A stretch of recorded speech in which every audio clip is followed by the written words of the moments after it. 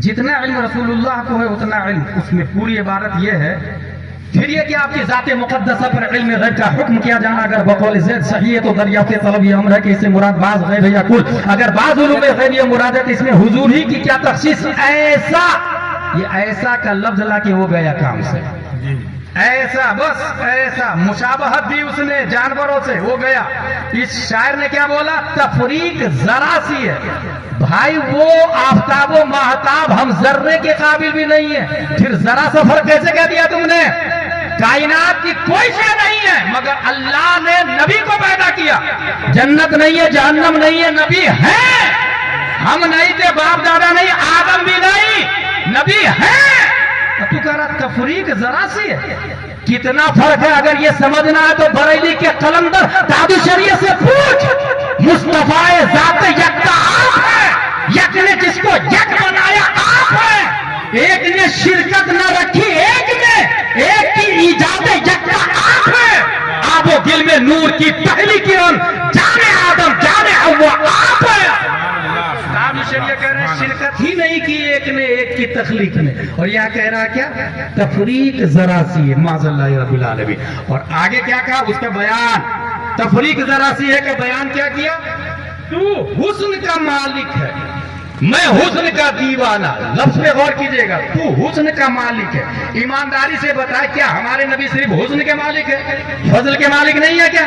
ہے. نبی فضل کے بھی مالک ہے، جود کے بھی مالک ہے، زمین کے بھی مالک ہے، آسمان کے بھی مالک ہے. لولاک والے صاحب سب تیرے گھر کے ہیں، بلکہ کعبہ کے مالک بھی مصطفیٰ ہے، قبلہ کے مالک بھی مصطفیٰ ہے، جنت کے مالک بھی مصطفیٰ ہے. خالق کے کل نے آپ کو مالک کے کل بنا دیا.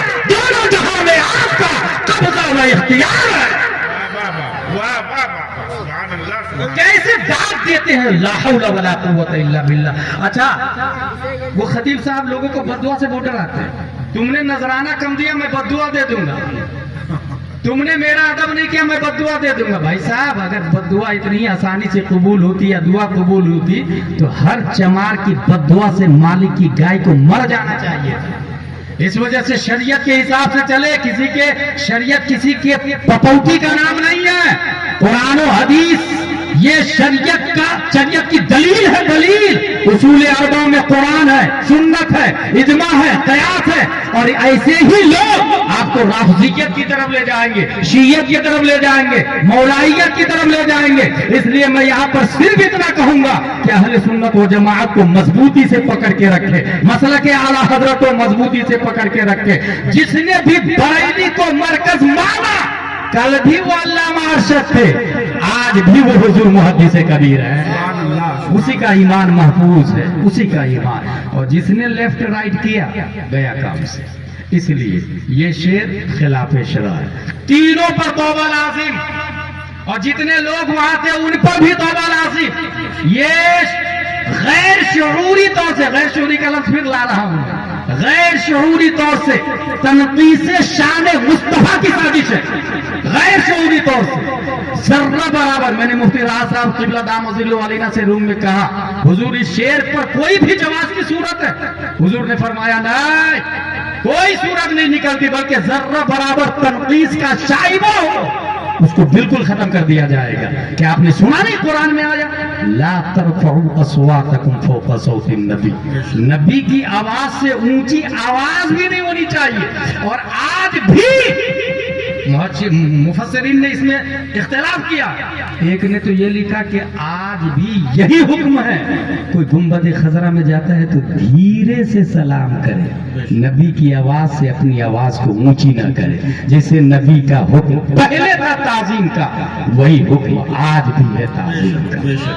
یہی تو فرق ہے ہمارے اور دیوبندی میں، یہی تو فرق ہے سنی اور وہابی میں. بھائی وہ بھی اپنی طرح کرنے لگے، تم بھی اپنی طرح کہنے لگے. لا حول ولا قوت. یہ کب ہوتا ہے؟ اپنی مرضی سے. شاعر وہ بہت اچھا پڑھتا، وہ بہت اچھا پڑھتا، وہ بہت اچھی نقابت پڑھتا. ابھی میں نے اشاعت العلوم کے ایک طالب علم سے پوچھا حروف مشبہ بالفعل کتنے ہیں؟ اس نے بتایا 6 ہیں. میں نے کہا ایک نے بولا میں نقابت کرتا ہوں. میں نے کہا کس کو کاپی کرتے؟ اس نے ایسے آدمی کا نام لیا جو غیر معتبر ہے. میں نے کہا غلط. جو معتبر نقیب ہے ان کو کاپی کرے، ان کو فالو کریں. سنی سیول عقیدہ شاعر علماء کو آپ نے دیکھا نہیں عبد الوکیل مبارک پور، یہ تمام ہندوستان کے سنی علماء کی چوائس کا نام عبد الوکیل مبارک. سبحان اللہ. کوئی لفڑا نہیں، کوئی پینٹ نہیں، کوئی ٹی شرٹ نہیں، بس سادگی کے ساتھ پڑھنا. ادھر سے ہاتھ اٹھاؤ، ادھر سے ہاتھ اٹھاؤ نہ، وہ اچھے سے ادب کے دائرے میں نعت نبی پڑھتے ہیں. یہی طریقہ ہونا چاہیے. اللہ تبارک و تعالی ہم سب کو قرآن شریف، حدیث شریف، فقہ شریف پڑھنے، سمجھنے، عمل کرنے کی توفیق عطا فرمائے. علماء سے متصل رہنے کی توفیق عطا فرمائے. اشاعت العلوم کے حوالے سے حضرت نے بولا، میں بھی ایک بات بتا دوں، پوری دنیا میں سب سے اچھا گھر اللہ کا گھر ہے. اس لیے اگر اپنی بیٹی کا رشتہ تلاشنے کے لیے آپ کہیں جاتے ہیں تو کہیں مت جائیں، مسجد میں جائیں. دیکھیں کون نوجوان نماز پڑھنے آ رہا ہے. سبحان اللہ. سبحان اللہ. اور ایک آدمی تھا ایسا، ایک نوجوان کو بول دیا، بھائی بھائی بھائی تو میری بیٹی سے شادی کرے گا. کہا حضور میرے پاس کچھ بھی نہیں.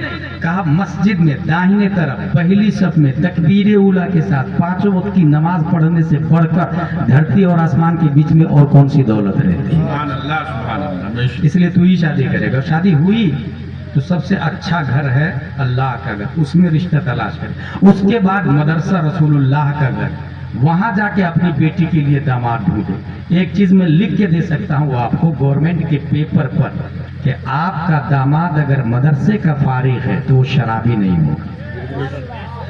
بے شک. بے شک. وہ شرابی نہیں ہوگا. اور اگر شرابی ہے تو کروڑ پتی کیوں نہ ہو، پھر کچھ بھی نہیں ہے. وہ کب کدھر برباد ہوگا، کب طلاق دیا، کب وہ ماں کے ساتھ غلط کام کیا، بہن کے ساتھ غلط کام کیا، وہ جسٹ لائک بینگ اینیملز، وہ جانور کی طرح ہو جاتا ہے. لا یعقلون ولا یشعرون، کیونکہ عقل ہی کی بنیاد پر انسان جانور سے ممتاز ہوتا ہے. میں بہت پہلے تقریر میں کہا تھا کہ دونوں ننگے پیدا ہوتے ہیں. بڑا ہو کے جو کپڑا نہ پہنے وہ جانور ہے، جو کپڑا پہن لے وہ انسان ہے.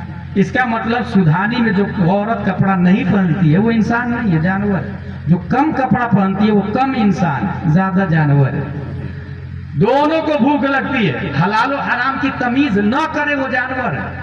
اور جو حرام کو لات مار کے صرف حلال کھائے اسے حضرت انسان کہتے ہیں. اس کا مطلب آپ کے یہاں جو حرام کھاتا ہے مودی کی لسٹ میں وہ انسان ہو سکتا ہے، اسلام کی لسٹ میں وہ انسان ہونے کو تیار نہیں ہے.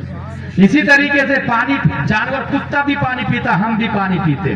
کھڑے کھڑے کہیں بھی شروع ہو جائے اسے جانور کہتے ہیں. بیٹھ کر 3 سانس میں ٹوپی پہن کر تسمیہ اور تحمید کرتا ہے اسے حضرت انسان کہا جاتا ہے. تو اپنی بیٹی کے لیے رشتہ مدرسے میں تلاش ہے. کون اچھا نمبر لاتا، کون ایک بیٹھک میں قرآن شریف سنایا، اور حافظ کے بعد عالم کون بنا. صرف حافظ نہیں، حافظ ضرورت ہے لیکن دین کی سمجھ حافظ بننے سے نہیں آ جاتی، اس کے لیے درس نظامی کرنا پڑتا ہے. قرآن کا وجود تراویح پڑھانے کے لیے صرف نہیں ہوا. اس لیے امام شافعی کے مسلک پہ تراویح میں دیکھ کے قرآن شریف پڑھنا جائز ہے. اتنا بڑا رحل رکھا رہتا مصر میں نے دیکھا. ایک رکعت ہوئی ایک صفحہ الٹا، دوسری رکعت ہوئی دوسرا صفحہ الٹا. تو قرآن کا وجود نزول تراویح کے لیے نہیں ہوا، قرآن کا نزول مسائل کے دلائل کے لیے ہوا.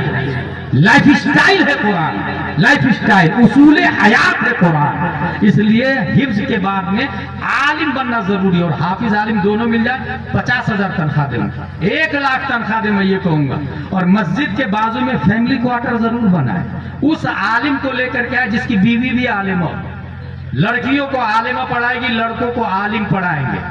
یہ نظام رکھے. آپ فیملی، مسجد سے زیادہ فیملی کوارٹر پہ توجہ دیں. مسجد سے زیادہ بول رہا ہوں میں ذمہ داری کے ساتھ، اور دلیل ہے ہمارے پاس. مسجد نبوی کے صحن میں حضور صلی اللہ علیہ وسلم کا فیملی کوارٹر بنا ہوا تھا. مسجد نبوی کے صحن میں انقلاب مسجد سے نہیں آتا، انقلاب امام سے آتا ہے، امام سے آتا ہے. اس کو اگر سمجھ لیں گے تو یقیناً اسلام بلڈ کرے گا، ترقی کرے گا. مسلک اعلیٰ حضرت پر خلاق دو عالم ہم سب کو قائم و دائم رہنے کی توفیق عطا فرمائے. معذرت چاہتا ہوں میں نے زیادہ وقت لے لیا تو. وما علینا الا البلاغ. السلام علیکم.